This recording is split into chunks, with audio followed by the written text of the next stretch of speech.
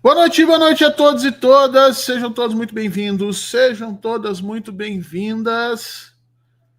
Este é um programa gravado e eu já vou liberando isso para vocês de imediato, porque você está olhando aí, está dizendo, Fernando não vai ler os comentários hoje, tem alguma coisa estranha. Sim, nesse momento que você está assistindo, muito provavelmente eu estou sacolejando dentro de um ônibus, indo para algum lugar não incerto, aliás, incerto e não sabido. Vocês sabem que, com tudo que está acontecendo no Brasil, G20 não sei aonde, as passagens de avião foram lá para cima e a gente, que é proletário, né, que está aqui embaixo, não está conseguindo segurar essa bronca toda. Então, para não deixar ninguém na mão, nós gravamos esse programa, mas não fique chateado, não. Comente, se inscreva, participe, porque afinal de contas essas coisas todas servem para o debate público, né? O debate público que anda tão, vamos dizer assim, tão confinado, né? Uma hora um explode uma bomba aqui, outra hora um maluco ganha uma eleição nos Estados Unidos e a gente nunca consegue, com algum cuidado, atacar os nossos problemas aqui no Brasil. Problemas que vêm se arrastando. Para uns são problemas, para outros não, e nós vamos discutir exatamente isso a partir de agora, no Horta da Verdade, aquele programa que você sabe que começou pelo título.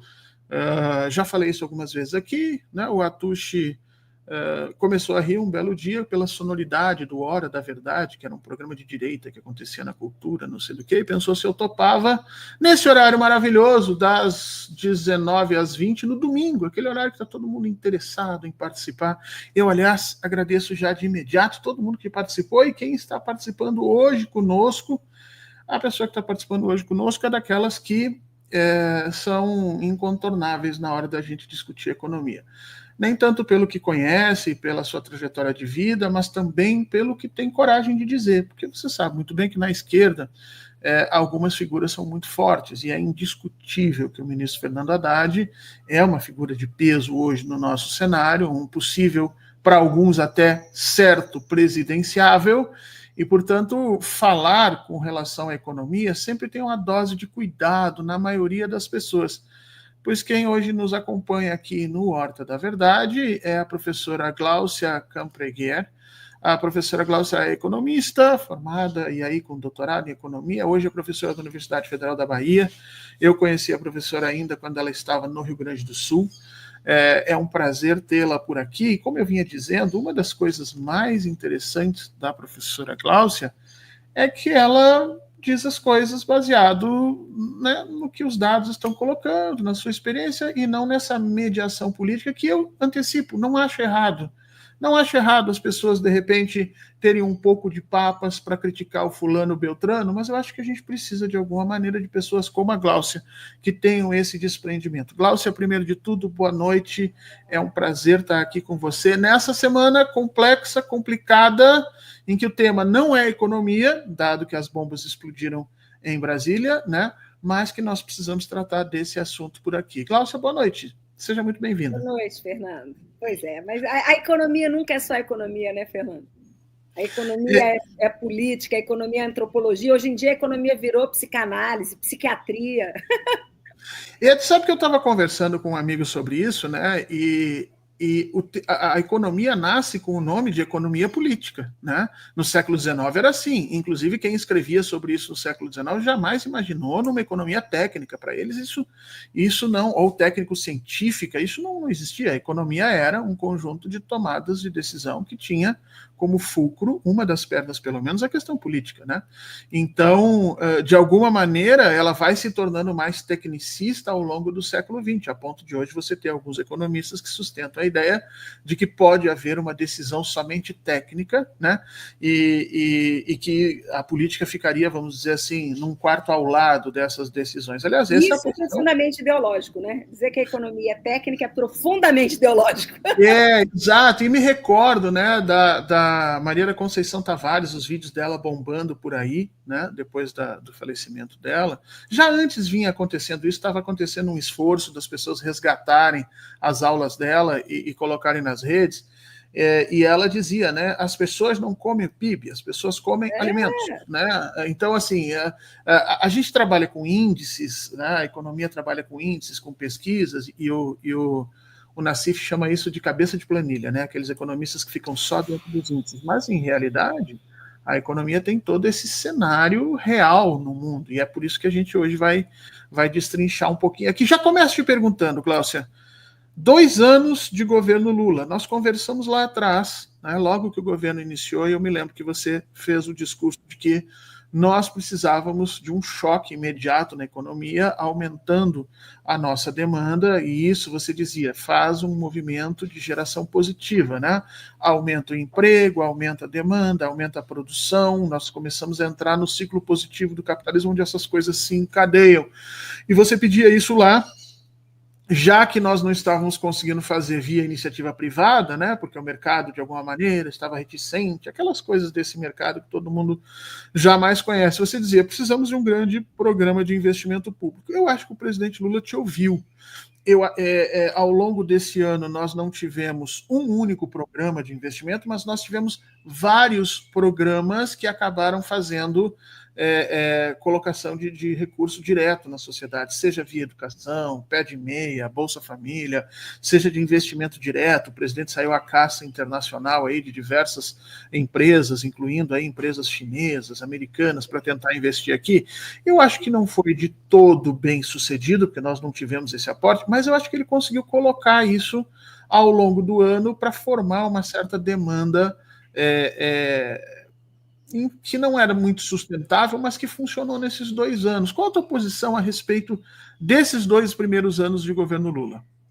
Ô, Fernando, juntando as duas questões, né? Essa da economia política, dos dados, da coisa técnica e da tua pergunta. Engraçado, né, que a economia ela é economia política e não é como muita gente pensa do Marx para frente, não. Né? O Marx, aliás, era um crítico da economia política.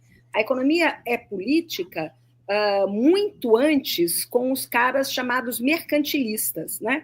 Que vão voltar à moda agora, porque o mundo vai entrar numa briga protecionista gigante, né? E tem tudo a ver com isso. E o que os economistas eram nesse período do mercantilismo? Aconselhadores do senhor rei, né? Então, e o que a economia preocupava já nessa época? Como é que o rei deve fazer para deixar o país rico, né? E o que o pessoal respondia nessa época, né? Pô, deve vender muito e comprar pouco. Era um raciocínio ruim, tacanho, né? Porque como é que você pode só comprar e o outro só vender? Óbvio que o outro não vai querer isso, vai dar encrenca, né? Enfim, e a economia seguiu para frente. Mas por que eu estou juntando essas coisas? Porque a minha preocupação, a tua, né, e a de todos os economistas, que não tem uma questão de bem e mal, né, mas é uma questão de como é que o Brasil segue adiante ou não, né? E não tem ninguém, esse é o lado até ruim mesmo do debate mundial, não tem ninguém no mundo ocidental propondo alteração completa de sistema, né?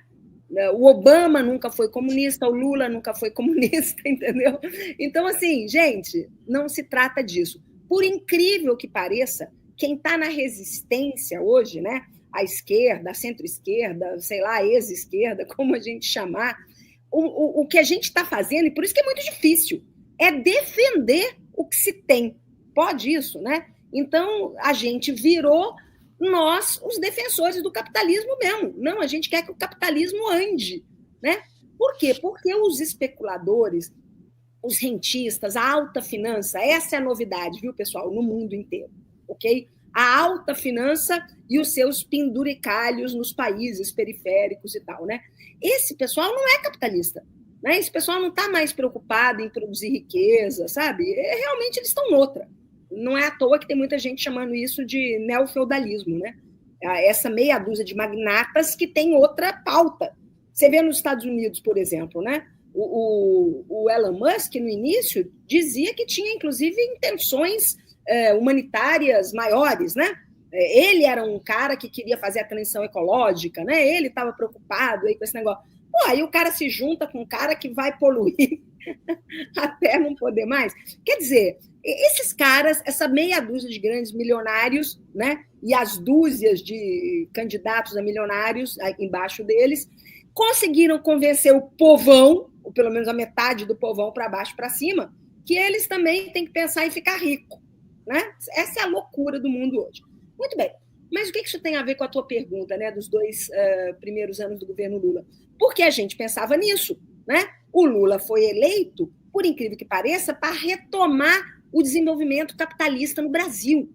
Esse é o papo de demanda, emprego, ok? A moral é essa, com o que se tem, ok? Claro que a gente pensa que um desenvolvimento capitalista mais democrático, mais popular, né, mais nacional, aquele papo de projeto nacional voltou à moda, né?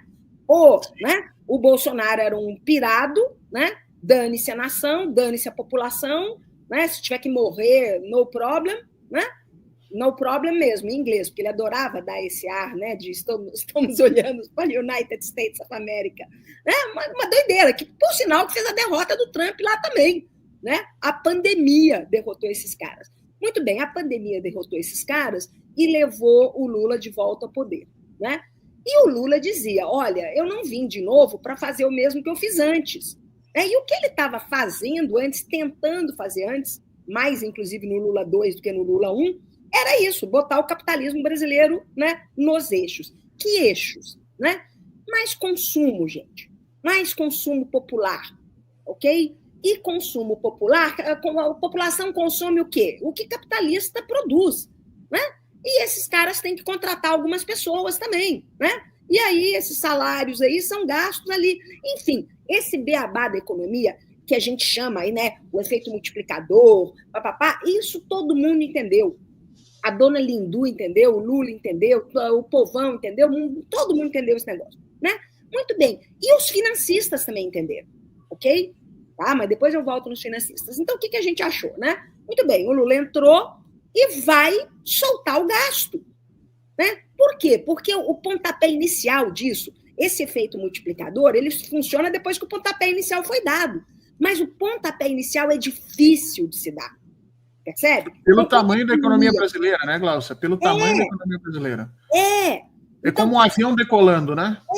Exatamente. Entendeu? Né? Não é à toa que essa metáfora também é usada na economia. O efeito multiplicador e o efeito acelerador. Né? Por quê? Porque quem é que vai tirar do chão? Quem é que vai gastar primeiro?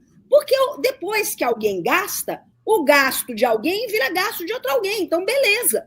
Percebe? Mas quem é que vai gastar primeiro? Quem é que vai gastar primeiro é quem não gasta visando o lucro. Percebe? Né? O governo não gasta visando o lucro. E o governo não gasta a partir de uma renda dada, que são os impostos. Isso está tudo errado. Né? Por isso que o governo não pode ser empresa. Percebe? Né? O governo gasta de um treco que ele mesmo cria. Né? Um título, um papelzinho, que pode ser título de dívida, pode ser dinheirinho colorido no bolso da gente, ou pode ser zerinhos. Né? É essa a moral da história. Ele tem compromisso com esse instrumento que ele cria para gastar? Claro que tem. Inflação é um problema? É sim, ok? Mas a inflação não é um problema monetário. Ela não cresce só porque o governo emitiu esses dinheirinhos para gastar. Né? Isso a gente já falou aqui 500 vezes. Né? Muito bem, então a gente esperava que o Lula seguisse soltando o gasto, como o Bolsonaro tinha soltado. Né? No último ano, inclusive, né? E que... Não só no último ano, na pandemia. Durante a pandemia. Mas no último ano, Glaucio, os dados já assustam, viu? A gente já mostra a diferença nos dados. Hoje em dia a gente tem isso. O crescimento brasileiro no último ano, durante o período Bolsonaro, é inteiro em cima dos gastos que ele foi fazendo. Exatamente. Por isso que eu estou te falando que todo mundo já entendeu. Todo mundo já entendeu que gasto público vira renda na mão de quem gasta, principalmente aqui dentro. Ok? Certo? Ainda mais quando esse gasto público é induzido para essa população mais carente, que compra comida, ok? Depois compra sapato e roupa, depois compra linha branca, depois compra carro, né? E aí vai, percebe? É uma maravilha. E casa, né? Isso é uma maravilha, gente, para o capitalismo. Foi assim que o capitalismo global viveu a sua lua de mel de 30 anos do pós-guerra, percebe? Então é isso. Então o que a gente imaginou? Né? O Lula vai continuar nessa toada, percebe? Tá, e aí o que aconteceu? Aí a gente estava feliz lá com aquele momento da transição, né? Porque você fez uma PEC ali para acabar com o efeito deletério do tal do teto dos gastos que vinha do Temer e se manteve no Bolsonaro, né? Então a gente, vamos acabar com esse negócio e fazer uma outra coisa aqui. Durante o período que o teto funcionou, estava legal. E esse legal, ele dura um tempo, porque esse efeito multiplicador, né? ele continua fazendo o seu efeito, né? Só que aí, o que a gente estava triste, né? Com o bendito do novo arcabouço fiscal, o bendito não, o maldito do novo arcabouço fiscal, que o Haddad cismou que ia fazer inclusive rápido, né? Bolaram ali rápido, Primeiro bolado, trimestre de 2023. Podia ter ido até outubro e novembro, não foram. Mal feito, criticado por muitos e muitos e muitos economistas. Se não era um novo teto, era pelo menos, a Júlia Braga chamava de uma prensa, né? Pô, era um treco profundamente equivocado, percebe? Equivocado no curto prazo, com essa coisa de segurar os gastos do governo no momento aí da, né, decolagem do aviãozão, percebe? E para o longo prazo, pois se é um caso, né, de norma, né, que amarra, que limita os gastos públicos, mesmo quando o PIB cresce, olha que doideira. Você está dizendo, mesmo se o capitalismo por aqui funcionar e a economia crescer, né, os gastos públicos não vão acompanhar isso. Isso é o contrário do que aconteceu no mundo capitalista desenvolvido. Percebe? Que mesmo antes aí da lua de mel, dos 30 anos dourados do pós-guerra, né, que toda vez que a economia crescia, os gastos públicos cresciam mais. Percebe? Mais educação, mais saúde, mais garantias de direitos previdenciários, sei lá o quê, né? Para fazer a população ficar mais tranquila, gastar, né? Para fazer os capitalistas acreditarem que então estava tudo indo beleza, vamos contratar mais gente, né? Então o NAF foi um caos. Então, o que aconteceu? Isso que você está falando, Fernando, os 2 últimos anos foram anos de crescimento, né? Isso que você falou, então o Lula acertou e tal. Não é que ele acertou, é que a regra não estava plenamente em operação ainda. Então, foi possível a expansão fiscal, né? O Lula, os seus ministros, os mesmos que agora estão putos com essa ameaça de ajuste, né? O Lula e os seus ministros gastaram porque ainda era possível gastar, ok? Porque a regra não estava valendo como um todo, é isso? Exatamente, porque a regra, ela associa com o período anterior, né? Então, aí, você ainda tinha o rescaldo positivo, né? Certo? 2023, Sim. O rescaldo de 22, 2024, o rescaldo de 23, então estava podendo gastar, percebe? Agora, trava tudo, percebe? Lembra quando travava também lá nos Estados Unidos? Né? O mundo inteiro, na era neoliberal, inventou essas travas, né, Fernando? Você lembra lá da União Europeia, que só entrava na União Europeia quem prometesse lá 13,5% de déficit, né? Sim, então, Portugal teve que fazer um ajuste brutal, a Espanha exato. Um ajuste brutal. Gente, é isso que o pessoal tem que entender. Por que isso? Aí entra a história política, entende? Porque o neoliberalismo, desde que entrou em ação, né, o que ele promove é isso, diminuição do Estado.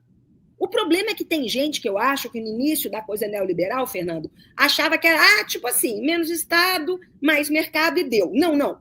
Os caras foram ficando cada vez mais arrojados, percebe? Cada vez mais é não Estado, não é o Estado. Na Europa, o que o Varoufakis, por exemplo, o ex-ministro da Fazenda grego lá, entendeu? Que todas as decisões importantes eram tomadas lá na Troika, né? No Banco Central Europeu, na NASA, das entidades supraestatais, de modo que o Estado não apita mais nada. Percebe? Isso na Europa. Sim. Nos Estados Unidos, como é que é? O infra-estado, né? O Deep State lá, né? Que tanto faz se o governo é Kamala, é Trump, é Biden, é Obama, ou sei lá o quê, né? Esses caras já estão tomando as decisões lá dentro também, percebe?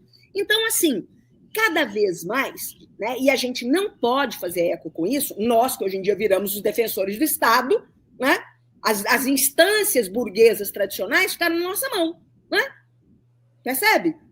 Fazer desenvolvimento capitalista, fazer Estado, né, democrático, burguês funcionar com o mínimo de garantias para a população, né, minimamente republicano, virou tarefa nossa.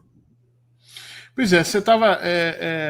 Esse é o reflexo dos 2 primeiros anos do governo Lula, ou seja, nós trabalhando para o desenvolvimento do capitalismo, porque era o que dá para fazer, né? Você mencionou aí, ninguém aqui está falando em transformação do sistema, ninguém está falando em a gente modificar alguma coisa mais profunda, não, a gente quer que simplesmente esse capitalismo funcione com uma cara um pouco mais humana, né? Como se dizia lá na Europa dos anos 60 e 70, e é isso que eu acho que o presidente Lula prometeu. Agora, Você tocou nessa questão do ajuste. Essa semana foi uma semana muito dura aqui em Brasília, tá? As informações que a gente tem é que o ministro Haddad se queimou muito, porque ele foi chamando para esse ajuste, que se as pessoas não sabem, só lhe dando essa informação, né? Terminadas as eleições municipais, o mercado começou a exigir redução do gasto público, e essa redução do gasto público caiu na mão do Haddad para fazer, e o Haddad começou a chamar os ministérios. Inicialmente, o presidente Lula não queria que saúde e educação entrassem nisso, mas o Haddad mandou chamar saúde e educação, o que levou o Camilo Santana a vir nas reuniões cuspindo marimbondo, e os outros ministros, que antes eram chamados pela mídia de ministros da área social, ou os gastadores, né, que eram as pessoas que defendiam ali ações efetivas contra a desigualdade, esses caras se colocaram atrás do Camilo Santana, porque o Camilo veio para defender a educação, né, assim como a Anísia, teoricamente, viria para defender a saúde. Então, meio que se formou um bloco que não é mais um bloco exclusivamente dos gastadores, é um bloco com um pouco mais de legitimidade social, porque reduzir os gastos vai ser complicado. Agora, por que está se fazendo isso? Porque e aí você tocou na regra, né? Se o arcabouço fiscal diz o seguinte, se esse ano nós não tivermos superávit, vai ser o segundo ano, se não me engano, que isso vai acontecer, e, portanto, nós vamos ter uma redução brutal do limite. É como se o teto descesse e empurrasse a gente para baixo no ano que vem. E o ano que vem é um ano pré-eleitoral, né, Glaucio? O ano que vem é 2025, já é quase processo de eleição. O que os ministros dizem é, se nós tivermos uma redução do investimento do Estado no ano pré-eleitoral, nós basicamente podemos dar adeus à eleição de 2026, não pela força do Lula, que segue muito bem avaliado, mas porque nós temos esses dados, governos de esquerda ou governos progressistas, que sofrem uma prensa no investimento no ano eleitoral, não conseguem retomar isso em termos de gasto. Tu que és economista, em essência, e obviamente essa questão da eleição não é um valor essencial para ti, mas o bem-estar da população e tudo, essa redução de gastos que o Haddad está propondo, ele defende que isso é necessário para o investimento, para que a gente ganhe grau de investimento e para que a gente faça funcionar. Você viu os investimentos privados no Brasil nesses últimos 2 anos? A burguesia brasileira funcionou como o ministro Haddad imaginava? Ou temos algum problema aí que a gente tem que pensar direitinho a partir do ano que vem? Ô, Fernando, a questão não é nestes 2 últimos anos. Para isso, a gente tem anos de sobra para fazer projeções estatísticas aí. Percebe? Isso é o que os economistas chamaram, durante muito tempo, virou, né, chavão, fadinha da confiança. Percebe? Né? Então se... E o Haddad assumiu isso, de tal maneira a deturpar, inclusive, um certo conceito keynesiano, né, que fala que realmente os capitalistas constroem expectativas. Né? Então tá. Então essa coisa da expectativa é fundamental para o cálculo capitalista, para o otimismo do capitalista, e que ele tome, então, a decisão de gastar. Né? Ou seja, ele imagina que o período que vem vai ser um período grande, e aí ele investe, e essa é a confiança que precisa. E é isso que o Haddad queria fazer. Pois é, mas o problema é que essa história está muito mal contada. Percebe? Porque, olha só, o que as pessoas têm que entender? A gente tem que falar de finança, né? Porque quem é que está fazendo pressão? Quem é que está fazendo pressão? É a Faria Lima. É a Faria Lima, pois é. É uma parte da Faria Lima, é a parte, inclusive, burra da Faria Lima, tá? Porque tem gente na Faria Lima, eu gosto muito daquele cara, do André Perfeito, né? Porque ele vive dizendo, quer saber, né? O cara, quando ele não ganha nisso, ele ganha naquilo, quando não ganha naquilo, ganha naquilo outro. Né? O sistema financeiro, ele vive disso, entendeu? Então, conforme as expectativas e tal, você sai disso, daquilo outro. Então, você aloca os recursos em áreas de mais rentabilidade. Dá para você ganhar dinheiro no Brasil, percebe? Né? Com ações, por exemplo, entende? Né? Dá para ganhar. E ações tem tudo a ver também com você alocar o recurso produtivo, né? Mal ou bem, para produzir. Né? Por mais que você construa expectativas também de quem vai bombar ou não no mercado de ações, né? Você tem que seguir minimamente ali o que eles chamam de os fundamentos. Né? Então, assim, ou você ganha nisso ou ganha naquilo. Percebe? Então, esses caras vivem de trocar. Né? Aliás, outra frase do Keynes importante, ele diz, né, que é o mercado financeiro? Né? É você tornar líquido para o indivíduo aquele que é fixo para a sociedade. Então, a sociedade, quando investe em alguma coisa, né, aquela compra coisa uma máquina. Uma máquina. Abre uma empresa. Uma estrada, uma escola, né, uma fábrica. Isso fica, né? Mas Isso é a fixo. sociedade que está investindo nisso? Aí é que tá. É o BNDES que está fazendo crédito para a empresa e aí isso está estimulando ela a construir uma fábrica? Percebe? Então, sim, né? Por isso, outra frase importante do Keynes, estou super keynesiana hoje, né? É que investimento é uma coisa importante demais para você deixar a cargo do privado. Ou seja, dessas mudanças de expectativa dos caras, dessa facilidade que os caras têm de comprar um papel em vez de uma coisa física, real, percebe? Né? E ganhar dinheiro com papel. Pois é, e aí é que tá. E aí é o seguinte, esses caras, desde quando o Lula entrou, né, é óbvio que eles têm uma má vontade, mas a má vontade não faz eles darem tiro no pé à toa, percebe? Né? Por isso que eu estou dizendo, se ele não ganha... se o Lula fizer uma política mais assim assado, eu vou para a política mais assim assado. Posso até demorar, ok? Mas eu vou acabar indo, né? Um exemplo que o pessoal está dando nos últimos tempos de como o mercado financeiro errou, né? Quando o Lula entrou, é nos chamados fundos multimercado, que não estavam dando nem o CDI, estavam dando aí coisa de 70% do CDI, percebe? Né? E, inclusive, por que eles erram? Porque eles insistem nessa coisa de achar que tudo vai dar errado, né? Aí a economia, mal ou bem, se recupera, as projeções deles de PIB deram errado, né? As de inflação, aí depois, quando a inflação cresce um pouquinho, eles falam, tá vendo, acertei, acertou nada, percebe? Então, esses caras estão o tempo inteiro saindo de um treco e indo para o outro, percebe? Ok? Como foi o dólar esses dias, lembra? O que tu está dizendo, basicamente, é que o comando decisório da economia na mão da economia financeira tem sido um desastre porque eles erram as projeções, né? Eles não conseguem fazer isso. E o que você está sinalizando é isso. É preciso retomar um comando produtivo do processo decisório, né? É o que o Lula entendeu, exatamente. Entendeu porque já viu isso. Não apenas no governo dele, como no passado, do Brasil e do mundo. Gente, no mundo inteiro. No mundo capitalista, na Rússia, na China, nos Estados Unidos, na puta que pariu. Ok? Isso me irrita até, né? Porque que é o que sabido? É sabido que quando o governo estimula o gasto, ok? A economia vem, ok? Você dá demanda de presente para os caras, percebe? Muda no mundo inteiro, como é que você faz isso? Nos States, por exemplo, os caras compram um míssil, né?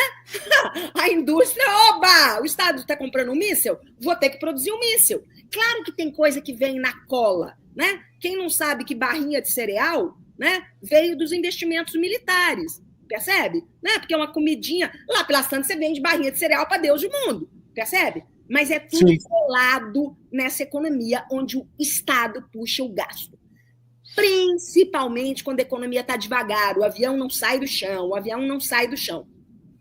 O que tem a ver isso, Fernando, com o que você acabou de falar, inclusive com as eleições no Brasil, né?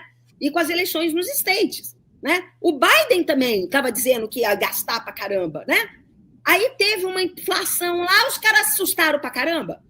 Cara, uma inflação descontrolada de jeito nenhum. Uma inflação que teve tudo a ver com a desorganização da economia lá no período da pandemia, né? Que tem a ver com a superconcentração que tem no mundo hoje, que todo mundo depende de um chip que é produzido em uma única fábrica, num único país, percebe? Então, assim, inflação, gente, tem motivos muito complexos e cada período inflacionário tem a ver com determinada razão, percebe? A gente ficar assustado com isso.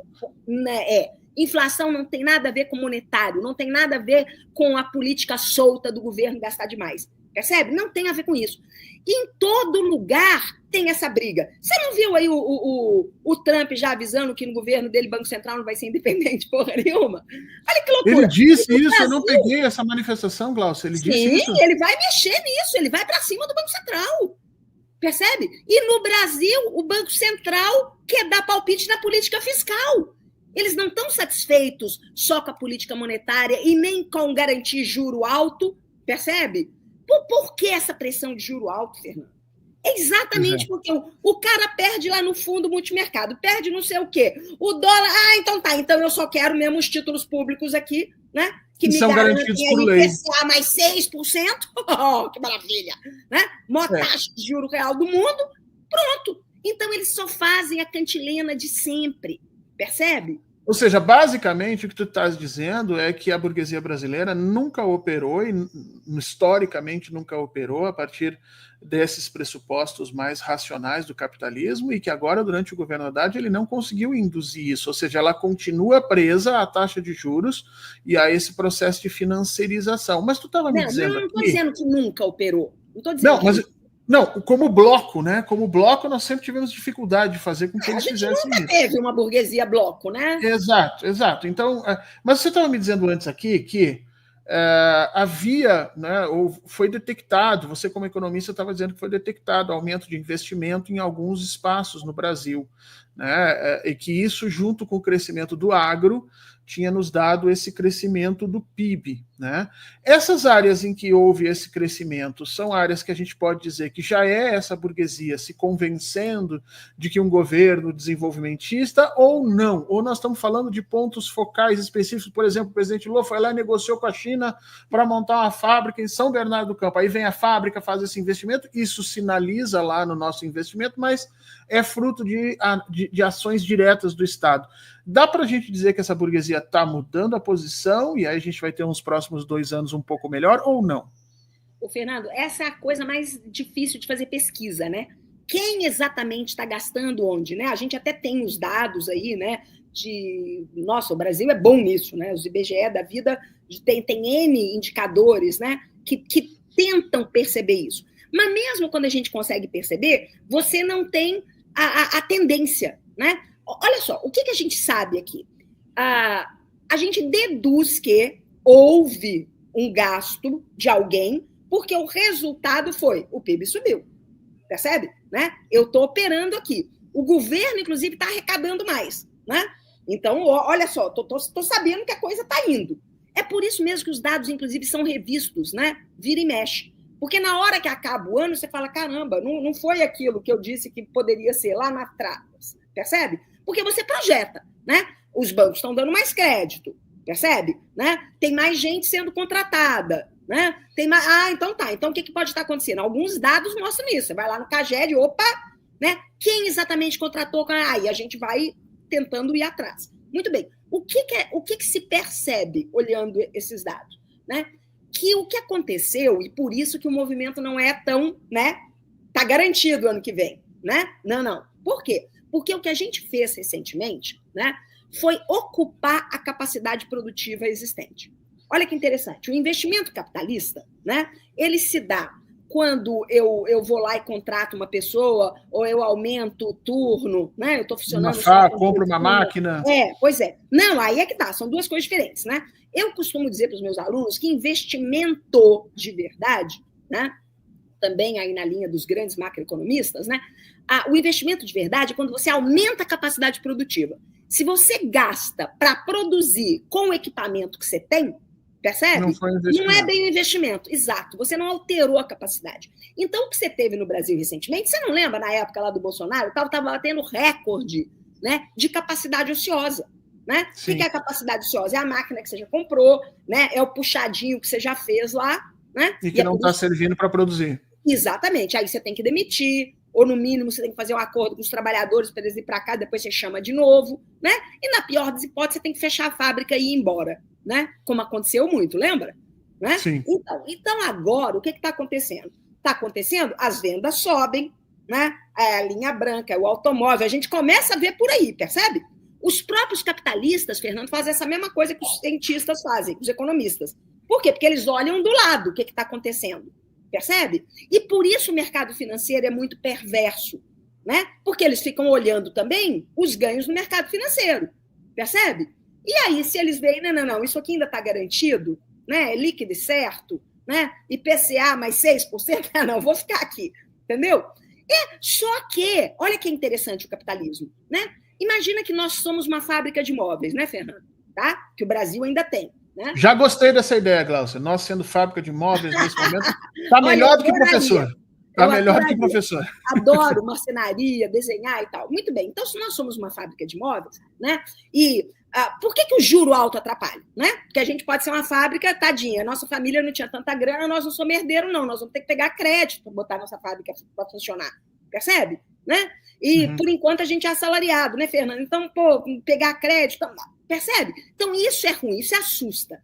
Então, o sistema financeiro, ele pode ser uma marra desse investimento que está querendo acontecer. Percebe? Então, assim, por hora, nossa fábrica de móveis chamou mais um cara para trabalhar. Às vezes nem chamou, né, Fernando? Às vezes a gente está pejotizando também, né? A gente manda a parte de estofaria para o cara lá na esquina, percebe? Que, de repente, é um cara que nem aparece lá nas pesquisas como demandando emprego, né? Porque ele tem lá a oficinazinha dele lá que ele consegue fazer estofaria, percebe? Então, assim, isso é muito difícil de ler na economia. E todo mundo fica procurando ler isso, não só os economistas, né? O que os políticos leem? O que o Lula leu direitinho agora, né? Na derrota nas prefeituras e principalmente na derrota democrata nos Estados Unidos. Isso que você falou ali, percebe? Olha, se ainda por cima fizer ajuste e cortar gasto público, ok? Que vai para a mão de trabalhador. Por exemplo, o SUS, né? Mas cortar gasto em saúde não tem a ver com a economia, não. Como não? Como não? Porque se você começar a gastar com saúde, você não vai gastar trocando o tênis, a geladeira e o carrinho, percebe? Sim, são gastos que entram no lugar do gasto do consumo, né? É isso, Fernando, é isso. Então, essa é uma coisa que o Lula entendeu faz tempo, né?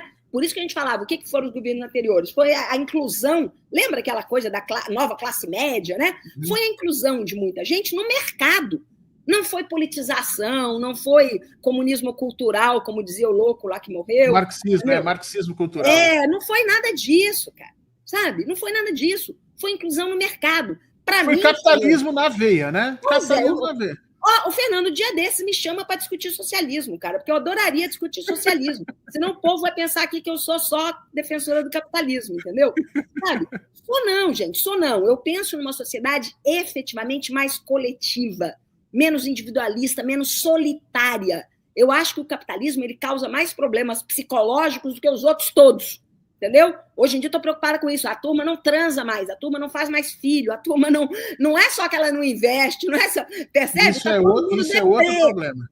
Isso é outro problema. Nós estamos perdendo o nosso bônus demográfico. Né? Isso a gente vai ter que ver ali adiante. E, olha aí como é que esse problema teve, né? Vai ter repercussão na economia. Ele é psicológico, psicanalítico e tal, mas vai ter repercussão na economia. Já vai ter um trabalhando para 5 aposentados. Viu, Haddad? Não adianta mexer na Previdência também de novo, não, entendeu? Esse é um problema sério, estrutural. Percebe? Então tá, então esquecendo isso, a moral tá? Uma coisa que o Lula entendeu e tal, mas o mercado financeiro, Fernando, esse é o último a entender. Você percebe? Esse é o mais preguiçoso. O que aconteceu com a burguesia? Mas ganhando 6% de juro mais do IPCA, eu também sou preguiçoso, né, Glaucio? Pois é, Fernando. E aí entra esse papo de burguesia. Burguesia, Fernando, em cada país, em cada momento, ela muda os seus humores, que nem os trabalhadores também. Os trabalhadores americanos não votaram no Biden, no Trump, né? Os trabalhadores mexicanos, porto-riquenhos, né? Não votaram. Os humores mudam, percebe? Onde é que a gente tem que atuar? Nos humores, para que os humores não atrapalhem a racionalidade de verdade, percebe? A gente tem que atuar nisso. Agora, por outro lado, os humores, eles também seguem a economia. Por isso que tem aquele papo, a economia estúpido, né? Porque os humores não são feitos no nada. O trabalhador mexicano lá que votou no Trump, entende? É aquele que fala, não, mas esse cara aqui é meio, né, linha dura, ele vai trazer a indústria de volta, né? Eu vou ter mais trabalho. Ué? Percebe? Então, não é ilógico esse negócio, tá? Muito bem, mas então, o que a gente... o que o Lula está lendo e o que tem a ver com esse papo de burguesia, né? A burguesia brasileira e esse pezinho financista, né? Ele não está dominando o tempo inteiro, percebe? Tem gente produzindo, senão o PIB não tinha crescido. Tem gente que já ocupou a sua capacidade. Mas esse cara pode fazer alguma coisa a mais. A fábrica de móveis pode dar um salto a mais. Você já ouviu falar, Fernando? Olha que legal, eu adoro. Tem um lado do capitalismo que eu adoro, viu, gente? Gosto mesmo. Vocês já ouviram falar da fábrica brasileira de telhas, a Eternit, que também está fazendo telhas solares? Maravilhosas. Não é só chinês, não. Percebe? Né? Nós temos um potencial criativo, inclusive na nossa burguesia, Fernando. Percebe? Nós temos a maior fábrica de motores do mundo, que é a WEG, lá de Santa Catarina. Olha que coisa! Percebe? Então, assim, essa turma não é do mal. Até na China comunista, gente, você tem que fazer as coisas com o capitalista, né?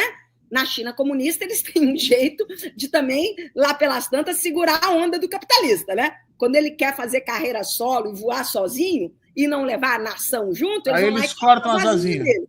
Exatamente. Mas então, Fernando, esse negócio de que burguesia vem comigo, quando e como, isso é fundamental. Percebe? Né? E assim, a burguesia veio um pouco agora? Veio, né? Alguma parcela das empresas brasileiras, como é que a gente dá para saber isso? Pelo volume de crédito, pela contratação, ok? Pelas vendas, pela ocupação da capacidade. Percebe? Isso é suficiente para rolar o ano que vem sozinho? Não. Nós temos que dar uma injeção de ânimo, a lá, fada da confiança, dando mais juro. É o oposto. É o oposto. Percebe? Tem muita gente, Fernando, a bocas fechadas, esse pessoal quando se reúne, eles falam que a projeção de inflação é equivocada, percebe? Eles estão careca de saber que 3% aqui é absurdo, ok? Você sabe quanto foi a média da inflação nos Estados Unidos nos últimos 60 anos? Foi 3,7%. Percebe? Então, assim, é balela. Ninguém mais acredita que vai vir uma superinflação, entendeu? Inflação hoje é só uma ameaça, percebe? Para poder ganhar o que você quer, que é juro alto, né? Porque criou-se esse equívoco que inflação é um problema monetário, que tem a ver com gastança. Então, toda vez que o governo estiver soltando a franga do gasto, né? O Banco Central tem que ir lá e puxar a orelha dele, né? Puxando o juro. É só isso, percebe? Mas isso é uma coisa que você tem que puxar de dentro. Esse juro, e aí vamos entrar no juro, e é isso que eu ia te perguntar. Cada ponto percentual do aumento da Selic, se não me engano, custa 44 bilhões de reais para o governo. Se não me engano, é esse o valor. Aumenta então, a dívida pública, pois é. Isso. Cada vez que você aumenta a Selic, você gera dívida pública. Aí você diz que tem que aumentar a Selic de novo, porque a dívida aumentou. Mas quando a Selic aumenta, ela aumenta a dívida. Então entra num círculo vicioso que não termina. Do ponto de vista técnico, você vai sempre ficar aumentando o juro, porque afinal de contas, ela vai gerar mais. Isso significa ganhos imediatos para esses rentistas, porque você tem o juro a curto prazo ali funcionando, esses caras têm que receber essa grana no virar do ano e as coisas assim vão andando muito complicadas. O Campos Neto foi o para-raio dos 2 primeiros anos do governo Lula. Para-raio. Tudo que acontecia, a responsabilidade era do Campos Neto, né?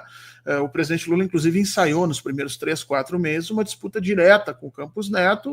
O Haddad entrou no meio dizendo, não é assim, eu preciso trabalhar com esse cara, então vamos fingir de amiguinho, convida para o churrasco. Teve até churrasco, Cláudio. Eu nunca comi churrasco, mas o Campos Neto comeu churrasco com o Lula e com o Haddad. Então, mas não era com carne folhada a ouro, não, né? Não, porque o presidente não guarda disso, mas que foi uma picanhazinha suculenta, foi. Mas o que aconteceu? Agora não tem mais Campos Neto. Agora é o Galípolo ungido, né, do interior ali da economia da esquerda, ex-aluno da Unicamp, indicado pelo Beluso, participador integral do processo de formação desse novo arcabouço fiscal do Haddad, ungido, agora ele é presidente do Banco Central, embora ele não esteja ainda no seu mandato, porque isso vai só virar no ano, mas ele já sabe por tudo, já foi aprovado no Congresso e tudo mais. E aí o cartão de visita dele, né, no primeiro momento, é subir o juros 0,75%, ou seja, anulou quase 8 meses de queda de juro que nós vimos batalhando aqui e acolá. Como é que explica isso, Gláucia? E como é que isso se junta com o plano do presidente Lula de mais investimento e mais emprego? Se explica só pelo jogo político, Fernando. Não adianta só picanha, percebe?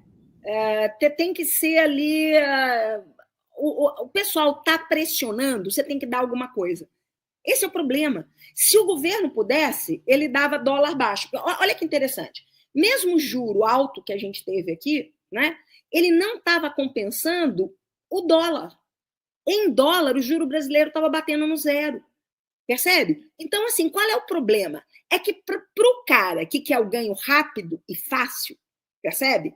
Ou vem por aí, ou eu saio para fora. Percebe? Né? E qual é que é o problema? Sim, ou ganha na questão do câmbio, ou ganha na questão do juro. Pois é. E qual é que é o problema no mundo hoje? Apesar dos pesares, né, apesar da gente estar tendo, inclusive, N indicadores do declínio da economia americana, né, quanto mais as pessoas ficam com incerteza, esse negócio da incerteza existe sim, né? O problema exatamente é que a incerteza só faz você trocar de papel, né? Ela não faz você ir para o mundo real produzir riqueza real. Muito bem. Mas então, quanto maior a incerteza, a gente tem incerteza, inclusive, agora se a humanidade vai sobreviver, porque se continuar esse descalabro ecológico, né, fora a ameaça de guerra atômica toda hora, quer dizer, quanto alagamento, mais inseguro, seca, lugares antes que a gente habitava, agora não habita mais. Quanto mais inseguro você está, o que você faz? Você compra dólar, percebe? O BRICS vai ter que se rebolar, né? A China, já viram que essa coisa da mudança para uma outra moeda não vai ser rápido, entendeu? Não vai ser fácil, percebe? É isso que as pessoas têm que entender, gente. Moeda, já falei, dá uma olhada lá no verbete de dinheiro na Wikipédia, que, modéstia à parte, eu fiz um bocado daquele texto lá, tá? Por quê? Porque moeda é uma coisa, dinheiro é outra, riqueza é outra. E moeda, ela é uma língua, Fernando. É uma língua que você fala, você conversa, né? E conversa fundamentalmente sobre o quê? Sobre o futuro, percebe? Então, a moeda ela tem que viabilizar esse futuro, inclusive dando cara para ele, né? É isso que os economistas chamam de precificar. Aí, vamos precificar o desastre climático. O que é isso? É você dizer no futuro quanto que ele vai custar, percebe? Né? Não tem nada de técnico nisso aí, percebe? Né? Claro que a gente tenta inventar uma opção de coisas, né? De estatísticas, de índices, para dizer que vai ser por aí. Mas é como dizia o Lord Keynes, sabe? O futuro você não prevê nem usando estatística, nem bola de cristal, nem astrologia, nem nada, ok? Ah, mas então o que tem a ver? Tem a ver que se a gente acredita no instrumento que a gente está usando, na língua que a gente está falando, a gente vai atrás de construir esse futuro. Percebe? O futuro. Ou seja, se a gente acreditar na moeda e na economia, a gente faz a coisa funcionar. Agora, se a gente desconfiar disso, vai todo mundo para o dólar. Exatamente. E por que então a finança, né? A finança, quando esses especuladores de curto prazo aí, percebe? O que eles estão fazendo? Estão dizendo, a gente não acredita nesse governo. Nada que eles fizerem vai dar certo. Percebe? É uma loucura. Corre o risco, Fernando, da gente fazer um bendito ajuste fiscal, certo? Cortar gasto e, mesmo assim, continuar a mesma lenga-lenga ano que vem. Percebe? Aliás, é o que hoje mais me parece, né? Que nós vamos ceder a isso tudo por questões políticas, cortamos esses gastos, machucamos o nosso povo, porque, obviamente, que você vai tirar educação, saúde, às vezes até emprego, porque você vai cortar esses gastos. Como assim tirar emprego, Fernando? Se o governo mandou construir uma estrada, a empresa que vai construir uma estrada contratou os funcionários para construir a estrada. Comprou mais piche, comprou mais material para construir. Isso ativou uma série de outras indústrias. E, de repente, você tira esse gasto e diz, olha, para o ano que vem nós não vamos ter nada. Então, todas aquelas outras indústrias dispensam isso. Então, você tem razão. Agora, o meu medo também nisso, Cláudia, é a questão eleitoral. Porque 2025 é um ano pré-eleitoral. E nos anos pré-eleitorais nós temos pesquisas já mostrando isso. Governos progressistas que cortam gastos em ano pré-eleitoral não se reelegem.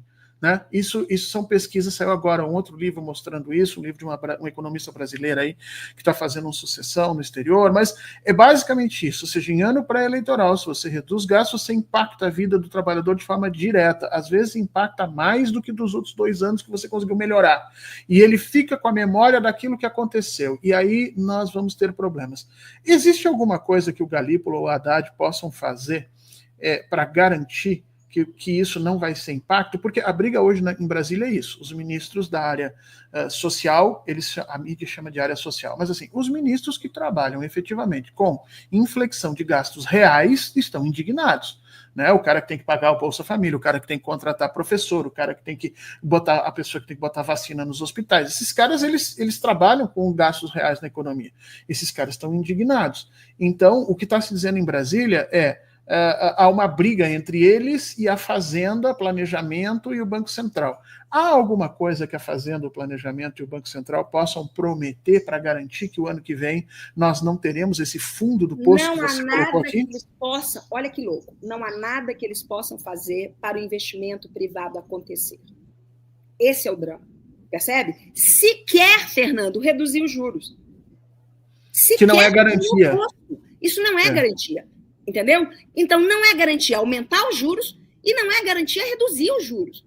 Não tem a ver com monetário, pessoal, entenda, não tem a ver com monetário, ok? Fernando, você pode dizer aqui ao vivo, agora no ar, que você me ama, né? Mas você não faz nada para lavar a louça aqui em casa, para me ajudar a cuidar das crianças, entendeu? Então, meu amigo, a língua, ela tem que falar alguma coisa que realmente tem uma repercussão aqui real, percebe? Né? Não é a língua sozinha, tá? Então, moral da história, certo? O que o governo pode fazer é ele mesmo gastar, percebe? É a única garantia que nós temos, é isso. Ou ele gasta, ou ele contrata o gasto, percebe? É bem esse exemplo que você deu aí, né? Eu digo, tá, mas eu quero comprar 10 sacos de cimento teu aí, percebe? Não é, percebe? Aí eu tô diretamente contratando essa demanda com você e você vai ter que gastar para me fornecer os 10 sacos de cimento, né? Os 10 sacos de cimento. Pois é, mas isso é um gasto meu. E eu antecipo o teu gasto fazendo o meu gasto. Fernando, não precisa só de livros acadêmicos e pesquisa, não.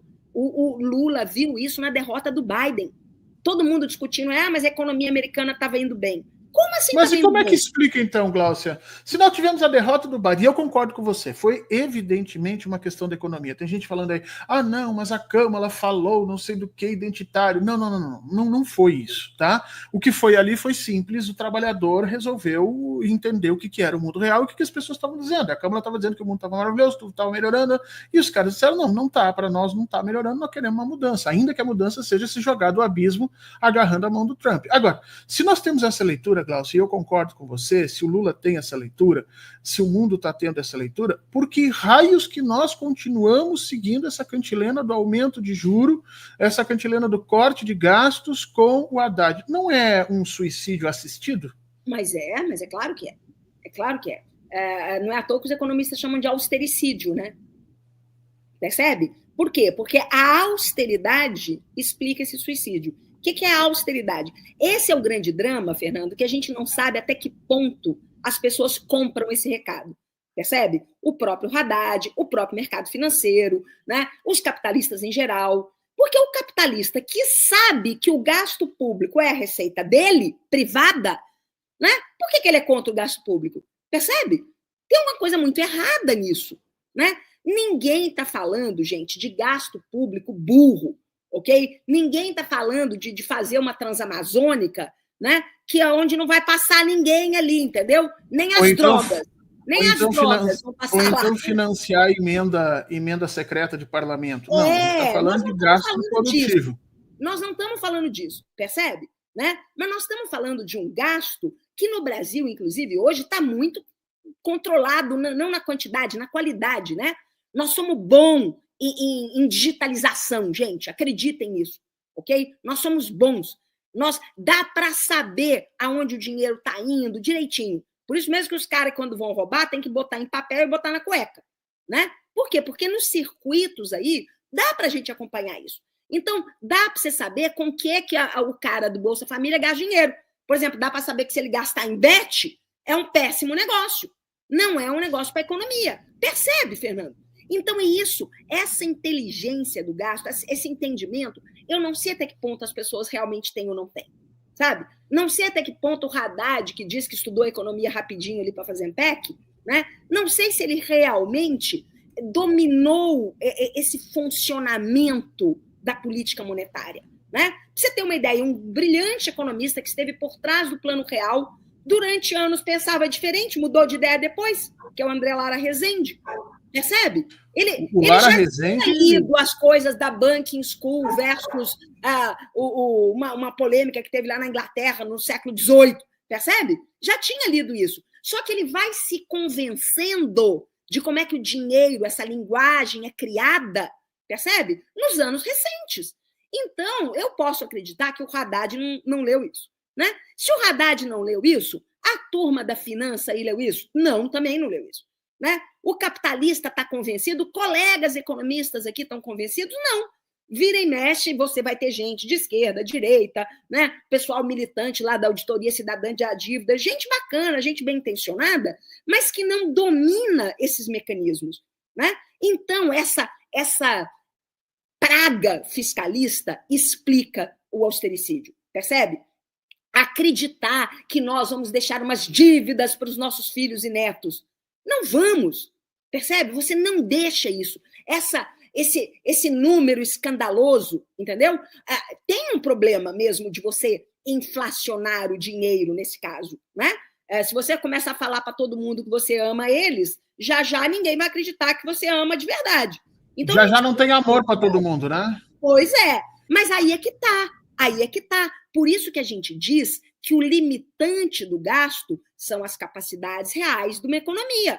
Então não tem a ver com a língua que se fala. Tem a ver se você tem energia, trabalhador, cimento para tirar da rocha, percebe? Então é isso que se tem. Não, o que acontece? Se o Banco Central no Brasil começa a querer aditar a política fiscal, né, que não está nem na lei da independência dele, que ele agora virou formulador de política fiscal, né? Se ele começa a falar sobre isso, eu tenho duas hipóteses. Ou essa primeira é burrice mesmo, ninguém entende nada, ignorância, ninguém leu nada, ou é caso pensado de destruição do Estado. Percebe? Quer saber? Eu não sou mais Estado aqui mesmo, não. Eu já estou investido em Miami, entendeu? Eu já tenho fábrica até... Quando eu estava no Rio Grande do Sul, eu lembro que a Marco Polo estava levando fábrica para a Turquia. Não sei se já foi mesmo, entendeu? Então, se os caras estão produzindo lá fora, então isso aqui, meu amigo, é só para o ganho rápido do juro garantido mesmo. Percebe? Isso. Então, eu tenho essas duas hipóteses. Isso assusta, Glaucia. Qualquer uma das tuas duas hipóteses assusta. Imaginar que nós tenhamos, e eu peço desculpas, o meu cachorro deve ter enlouquecido com alguma coisinha que está incomodando, espero que não atrapalhe muito, mas imaginar que nós tenhamos um conjunto de economistas que simplesmente fecham os olhos, porque é isso que está acontecendo, fecham os olhos para toda uma parte nova de teoria e prática econômica que vem sendo amplamente utilizada no mundo inteiro, né? Inclusive nos Estados Unidos. Há muito tempo eles têm lá o quantitative easing, que é exatamente a capacidade de colocar dinheiro dentro da sociedade para que as pessoas possam começar a consumir. Há muito tempo eles vêm trabalhando. O Japão agora faz uns 6 meses fez um investimento direto na sua economia brutal. A China vem reorganizando tudo.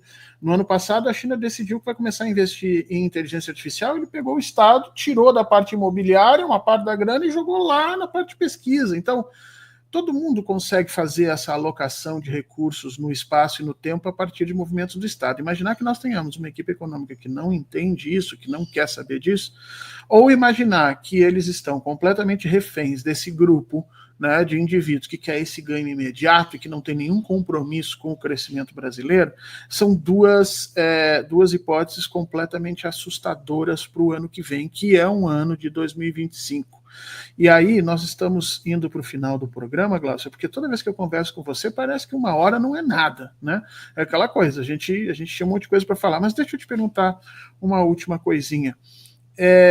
Luiz Inácio Lula da Silva parece que é a única opção que nós temos para 2026. Os resultados de 2024 foram bastante eloquentes nisso, né? O próprio presidente Lula deve ter percebido que ou é ele, não tem outro, né? Agora, eu não sei se sozinho, ou seja, com toda essa carga de juro, negatividade na economia, ele consegue fazer frente à extrema-direita, né? E aí entra a questão da economia, né? O que precisa fazer agora em 2025 para que a gente tenha uma condição de disputa em 2026 em capacidade de ganhar? É só gastar ou tem alguma outra coisa que a gente pode fazer? Fernando, o que a gente poderia fazer de verdade, mas teria que ter começado, e um pouco até já começou, né? Recuperar as estruturas do Estado, né, que o governo Bolsonaro destruiu, né? Isso vai ser muito importante para fazer um projeto de mais longo prazo, né? Porque o grande abacaxi que a gente vai ter pela frente é a coisa climática, né, Fernando? E ela vai exigir gasto pesado do Estado. Não é o gasto para tirar o avião do chão. Percebe? Isso é uma coisa muito louca. Ou o gasto pesado do Estado, nunca falo que é uma coisa só, né? O mundo capitalista pode resolver isso com base na finança privada. Olha que interessante. Nem a finança é de todo do mal, percebe? Né? Porque o que a finança é? Você recolher os recursos pequenininhos, né, que estão sobrando aí na mão de muita gente, né? Não sobrando do passado, mas aí também tem esse cálculo do para frente, e organizar em grandes projetos, né? Os grandes fundos de pensão, né? São coisas que podem ser alocadas para financiar pesados investimentos Imagina, gente, imagina a coisa das chuvas lá no Rio Grande do Sul, sabe? De tentar barrar realmente o que vão ser os problemas gigantescos que vão vir, né? E que esses sim vão dar inflação, viu, turma preocupada com a inflação? Né? Na hora que começar a ter seca lá no centro-oeste, né? E a soja ficar cara, e ficar caro não é o azeite de oliva só, não. É o óleo de soja, entendeu? Na hora que isso tudo começar, vocês vão ver onde é que a porca vai torcer o rabo. Então, Fernando, para isso, para essa coisa de mais, né, médio e longo prazo, seria fundamental não apenas dinheiro, né, aqui e agora, né, mas um dinheiro bem investido em projetos inteligentes, de repente selecionados, inclusive com a ajuda do mercado. Percebe? Agora, para ganhar a eleição ano que vem, Fernando, é só, meu querido, não dá tempo de mais nada. Percebe? É só realmente fazer o oposto de um ajuste fiscal. Ou seja, gastar... Você tem que jogar o NARF fora, ok? Dá um jeito de jogar o NARF fora, certo? Só que a gente já teve chance de fazer isso N vezes, inclusive com o descalabro climático no Rio Grande do Sul. E a gente não fez, percebe? Então eu não sei, Fernando, se você me perguntar, eu acho que o Lula vai ser candidato e nós vamos perder a eleição. Eu não acho que a gente ganha a eleição. Eu acho que a gente perde se for o Tarcísio, se for o Marçal, se for o Renan Bolsonaro, entendeu? Estou te falando. Eu acho que tem uma coisa estrutural de fundo que mudou a sociedade, que é um cálculo muito mais individualista. Essa é a questão de fundo. Tá? O individualismo já foi propulsor do capitalismo numa época. Entendeu? A iniciativa privada, o empreendedorismo já foi, não é mais. O individualismo, junto com a finança, né, levou a preguiça mental e até física, ok? Certo? Esse povo aí da alta finança nem malha mais, eu acho. Tá? Mas, enfim, então, moral da história. Agora, para tentar impedir uma vitória desse outro lado, né, da nova direita, absurdamente... essas pautas de costumes, não é que elas não valem nada. Né? Inclusive nos Estados Unidos, não é que elas não valem nada, só que elas encaixam perfeitamente nesse cálculo individual, percebe? Uhum. Né? O mexicano que vota no Trump e que é anti-trans, percebe? É porque simplesmente uma coisa tem a ver com a outra. Né? No mundo do emprego, da renda que ele tinha, porque esse pessoal, olha que coisa engraçada, esse superindividualismo, ele também não é um maktub, percebe? Uma praga, um destino. Ele acontece quando o Estado falta. Então, sim, eu só estou na minha mão mesmo, percebe? Né? Então, a fome e a vontade de comer, elas estão indo nesse sentido. A tentativa, e é isso que eu estou muito infeliz mesmo, porque a tentativa de alguns ministros, né, de dizer, olha, não vou deixar cortar, isso ainda é pouco, Fernando. É pouco. O sentido tinha que ser o contrário. Nós falávamos isso lá nos programas no início do mandato. Né? Nós dizíamos isso. Porque se você tem descontentamento coletivo, se você tem não crescimento... Nos Estados Unidos, com o pouco crescimento que teve na economia, o fato dos empregos serem ruins e muito na base do individualismo, percebe? Gente, vocês já viram o caso da Jojo Todinho no Brasil? Olha que loucura. Então, é uma menina que melhora minimamente de vida e agora já se acha nobreza, cara. Percebe? Já está preocupada com os impostos que ela vai pagar. É inacreditável. Percebe? Sim, até ontem não conseguia financiar a casa. Hoje já está preocupada que o Estado vai lhe tirar o bem-estar. Esse cálculo individualista, Fernando, ele atrapalhou o Lula 1 e 2. Percebe? E de lá para cá, a coisa continuou nessa toada. Quando o cara melhora de vida, ele acha que é por causa dele. Entendeu? Quando ele piora de vida é por causa do Estado. É o Estado. Percebe? Então, no início do governo, a gente dizia que a política tinha que ser outra, né? O regime fiscal tinha que ser completamente outro, né? A finança não tinha que ser responsável, ela tinha que ser funcional. A responsabilidade do governo é para com o crescimento da nação, percebe? Então, ou seja, o ministério mais importante devia ser emprego, indústria e não a Fernando. O programa, a política industrial que o governo soltou foi outra oportunidade, percebe? De você dizer, olha, essa política, por sinal, razoavelmente bem desenhada. Tá bom, só que acompanha ela uma porrada de cifrãozinhos aqui, ó, do BNDES. Vai ver o que está acontecendo com o BNDES. Percebe? Então, não, Fernando, olha, sinto muito, preparemos-nos para o pior, ok? Governo Lula, prepare-se para dar tchau, mesmo que seja o Lula. Mesmo que o Lula faça uma cirurgia plástica e pareça mais novinho, ok? Mesmo que ele continue malhando, está muito bem, obrigado, completamente diferente de um Biden da vida, percebe? Sim. Mas haja carisma do Lula para ir contra vários movimentos, Fernando. Então, a lógica, o que vem de muitos anos já, o que vem de poucos anos e o que virá da agora de 2025 para frente, tudo isso joga no mesmo sentido de uma vitória da direita. Cláudia, querida, eu não queria terminar com essa posição assim mais negativa, mas eu acho que você deu a real, né? Ou a gente muda efetivamente e começa a fazer projetos de desenvolvimento, e eu não sei se o tempo vai nos permitir, mas pelo menos a gente tem um ar, um cheiro de melhoria, de capacidade de vencer a eleição, ou 2026 realmente vai ser muito, Fernando, só para a gente não ficar totalmente pessimista, sabe o que eu acho que pode nos ajudar? O Trump. É? Se o Trump faz uma guerra comercial com a China, percebe? Nos obriga à substituição de importações. E a gente continua, vai vender mais ainda para a China, e os chineses vão querer investir mais ainda aqui, percebe? Então não tem a ver com falta da confiança, não tem a ver com gasto privado brasileiro, não. Entendeu? Mas mesmo isso, eu acho pouco. Mas a gente vai ter que dar um jeito, né, Glaucia? Porque nós vamos ter que brigar por isso. E essa é a grande briga aqui em Brasília, tá? A grande disputa aqui em Brasília não é entre a área social e a área econômica, ou entre os gastadores. Não. A grande briga é entre aqueles que querem ganhar a eleição de 2026, ou querem pelo menos ter a chance de ganhar a eleição de 26, e aqueles que não querem ganhar a eleição de 26, ainda que eles não saibam disso. Ainda que eles não consigam entender que as suas ações estão literalmente destruindo a nossa capacidade. E nós vamos ter que tomar lado, viu, Glaucia? Nós vamos ter que tomar lado, nós na rua, nós nos programas, falando o tempo todo. Nós vamos falar mais vezes, viu, querido? Vou te chamar mais vezes para a gente conversar a respeito dessas coisas, pela sua franqueza, pela sua disponibilidade, pela didática com que você trata isso. Vamos conversar sobre uma chapa socialista na Revolução. Vamos. Te agradecer demais a presença, nós já passamos bastante aqui do tempo, agradecer demais as pessoas que estão conosco. Por gentileza, se inscrevam no canal, deem o seu like, façam as contribuições que precisam. A mídia independente é parte desse processo, também vive com incertezas, também precisa de ajuda, precisa do apoio de vocês.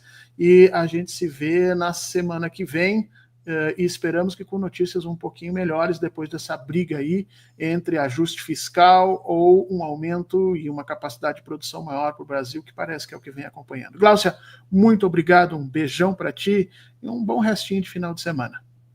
Para vocês todos.